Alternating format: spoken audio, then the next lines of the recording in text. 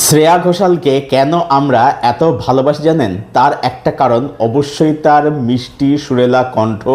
তিনি অত্যন্ত প্রতিভাবান একজন গায়িকা, বহু ভালো ভালো গান তিনি আমাদেরকে উপহার দিয়েছেন। সেই কারণটা তো অবশ্যই রয়েছে। একজন শিল্পীকে আমরা তার শিল্পী বা শিল্প সত্তা জন্যেই ভালোবাসা পছন্দ করব, এটাই নর্মাল ন্যাচারাল বিষয়। কিন্তু তার সঙ্গেও আমি আরও একটা বিষয় অ্যাড করে, সেটা হচ্ছে যে একজন শিল্পীর চিন্তাভাবনা, যে তিনি ঠিক কী ধরনের কাজ করছেন, মানে কী ধরনের গান তিনি চুজ করছেন, অভিনেত্রী তিনি কী ধরনের চরিত্র চুজ করে, সেটাও কিন্তু ম্যাটার কিন্তু করে।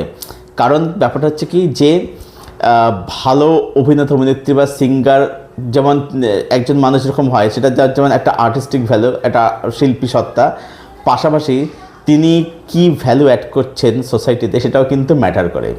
তো কেন আমি কথাটা বলছি, কারণ হচ্ছে শ্রেয়া ঘোষাল তিনি রিসেন্টলি একটা পডকাস্টে তিনি একটা স্টেটমেন্ট দিয়েছেন যে তিনি আর কখনোই আইটেম সং গাইবেন না। তিনি ভুলবশত কিছু আইটেম তিনি করেছেন, সেগুলো তিনি আর করবেন না। কারণ তিনি যেটা তিনি বলছেন, যেটা ওনার বক্তব্য, সেটা হচ্ছে যে যেখানে মহিলাদেরকে অবজেক্টিফাই করা হয়, তো সেটা এমন কিছু ওয়ার্ড যেটা তিনি নিজে একজন মহিলায় সেটা তিনি বলতে পারবেন না, সেরকম গান তিনি গাইবেন না, এটা তিনি বলেছেন। তো তাকে ওনাকে অবশ্যই এটার জন্য আমি মানে হ্যাটস অফ জানাচ্ছি, তাকে এর জন্য কুর্নি জানাচ্ছি আর কি।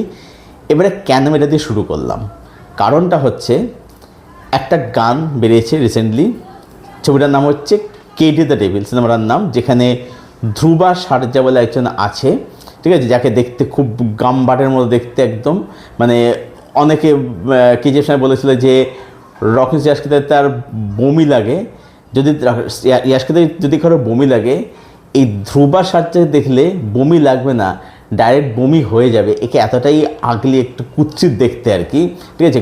এর একটা ছবি এসেছিলো সেই মার্টিন বলে আর কি, যাই হোক, মর্টিন সে ছবি এসেছিল আর কি। তো সেটা সেরকম লেভেলের একটা ছবি ছিল আর কি, ভয়াবহ লেভেলের ছবি ছিল। মানে ওর থেকে আমি তো বলবো যে কনজুরিং বা অ্যানাবেল দেখা অনেক কম ভয়ের, ঠিক আছে, বা ওয়েপন্স বা টক টু মি বা ব্রিং হার ব্যাক, এগুলো দেখা অনেক কম ভয়ের আর কি। যাই হোক, তো সেই কেডিদের ছবির একটা গান আপনি যে শুনেছেন কি, স্যার কে চুনেরা স্যার, সেই গানটার নাম আর কি, যে গানটার হিন্দি যে ভার্সানটা সেটাকে রিমুভ করে দেওয়া হয়েছে। এবারে এই গানটার বিষয়ে আসি। ব্যাপারটা হচ্ছে যে আইটেম নাম্বার মানেই সেখানে অবশ্যই ওমেন্সদেরকে অবজেক্টিফাইং করা হবে, সেখানে কিছু চটুল চটপাটা কিছু ডলমেলিস সেখানে থাকবে, অবশ্যই সেখানে থাকবে, ঠিক আছে, যার নেচারটাই সেরকমই আর কি। কিন্তু ব্যাপারটা হচ্ছে যে মানে ডবল মিনিং আর ভালগারিটির মধ্যে, একটা নোংরামির মধ্যে না একটা লাইন থাকে। এই গানটা, যে গানটার কথা আমি বলছি, এই স্যার কে চুনেরা স্যারসে, যে গানটায় নোরা ফাতেহি আর সঞ্জয় দত্ত ফিচার করেছে, এই গানটা সেই সব কিছুর লিমিটেশনকে, সীমা পুরো অতিক্রম করে গেছে।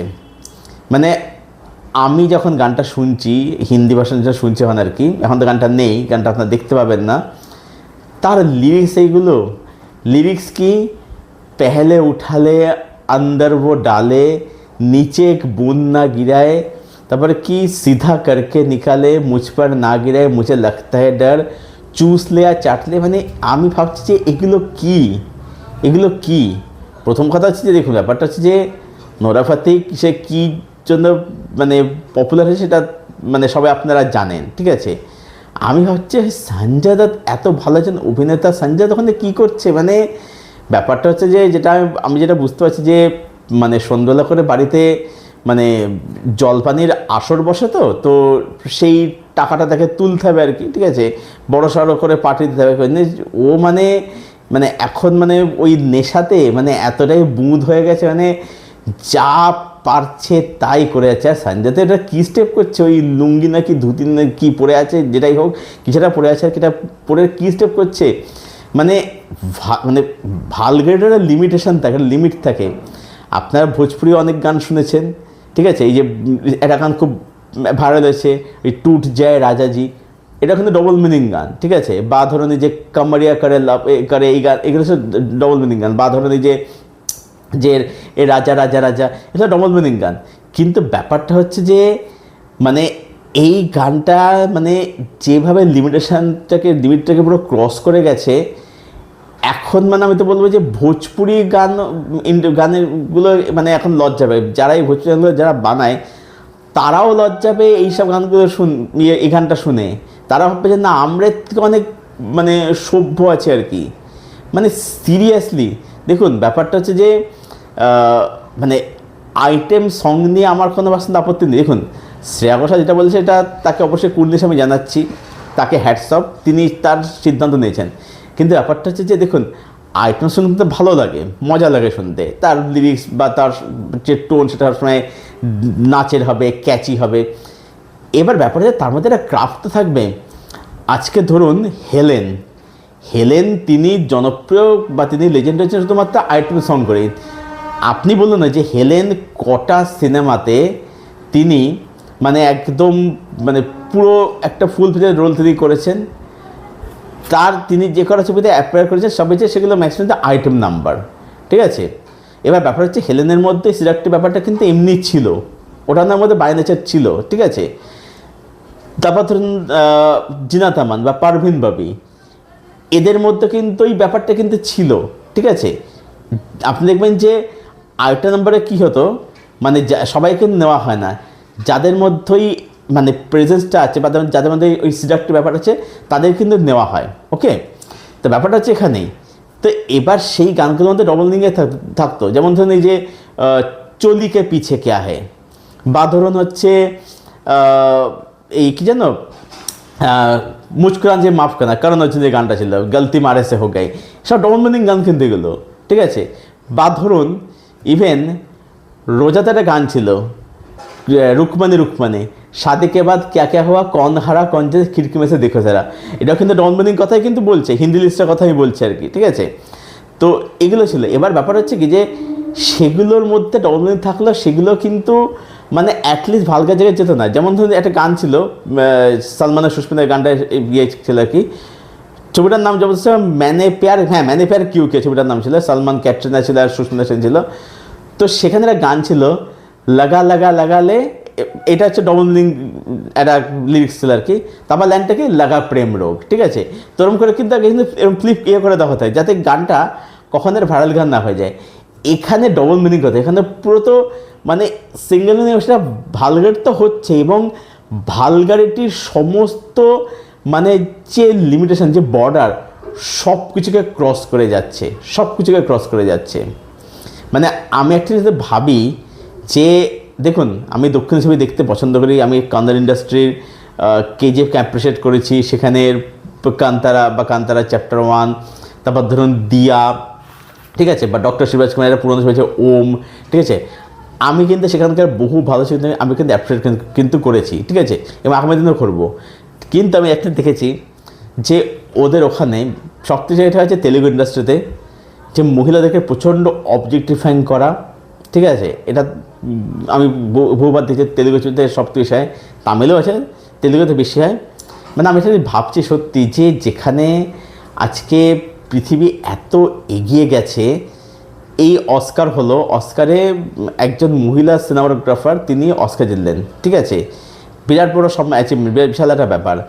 জেসি বাকলি প্রথম আইরিশ অভিনেত্রী হিসাবে অস্কার পেলেন। যেখানে আজকে পৃথিবী এত এগিয়ে গেছে, মহিলারা আজকে এত এগিয়ে ডেভেলপ করে গেছে, আমি বুঝতে পারি না যে সেখানে তারপরেও মানে এই রকম রিগ্রেসিভ চিন্তাভাবনা কেন। মানে আমি জানি ওখানে ওইসব নর্মাল ব্যাপার, কিন্তু সেটা তো নর্মাল কখনোই নয়। আর এই গানটা যে গেয়েছে যেহেতু মহিলা, মানে তার নিজের এটা নিয়ে হলো না। আমি ওই এক্সাম্পলটা আমি এই কারণে দিলাম যে একজন শিল্পী তিনি শুধুমাত্র একজন ভালো শিল্পী হলে হয় না, তার পাশাপাশি তিনি সোসাইটিতে কি এক্সাম্পল সেট করে সেটাও কিন্তু একটা ম্যাটার কিন্তু করে দিনের শেষে, ঠিক আছে, যে তিনি কি মানে ভ্যালু অ্যাড করছেন। এই যে মহিলা যে সিঙ্গার বলতে আমার লজ্জা লাগছে, রুচিতে পাচ্ছে, সে এই যে গানটা গেয়েছে, সেই গানটা গাওয়ার সময় লিরিক্সটা পড়েনি, সে বুঝতে পারেনি, নাকি বুদ্ধিটা তখন মানে অন্য জায়গায় ছিল আর কি। মানে ভিউজ এর জন্যে, ভাইরাল এর জন্যে হওয়ার জন্যে যা খুশি তাই, কুচভি যা ইচ্ছা তাই। এবং যখনই গানটা ব্ল্যাকল্যাশ খেলো, ঠিক আছে, তখন মেকার্সদের এই ধকটা হলো না, সৎসাহসটা হলো না, তারা গানটাকে পুরোপুরি বিয়ে করে দিল। আর আমি একটা ভাবি, এই যে ইউটিউব এখন এত নিয়মকানুন বের করছে, এই করলে এই হয়ে যাবে, এই করলে স্ট্রাইক পড়বে, হ্যান ত্যান, তা এই গানটা যখন পাবলিশ যখন হলো, তখন ইউটিউব বুঝতে পারলো না যে এটা একটা ভালগার গান, এটা একটা নোংরা গান। তখন ইউটিউবে সেটা মনে হলো না। ইউটিউব তো অন্য কিছুর বেলাতে এত তো মানে এই স্ট্রাইক দিচ্ছে, এই হলে এই হবে না, তাই হলে হবে না, এই কমিউনিটি গাইডলাইন্স হ্যান ত্যান, এত তো নিয়ম ইউটিউব বানিয়ে রেখে দিয়েছে। তাহলে এই গানটার বেলায় তখন তাদের সেই নিয়মটা কোথায় গেল?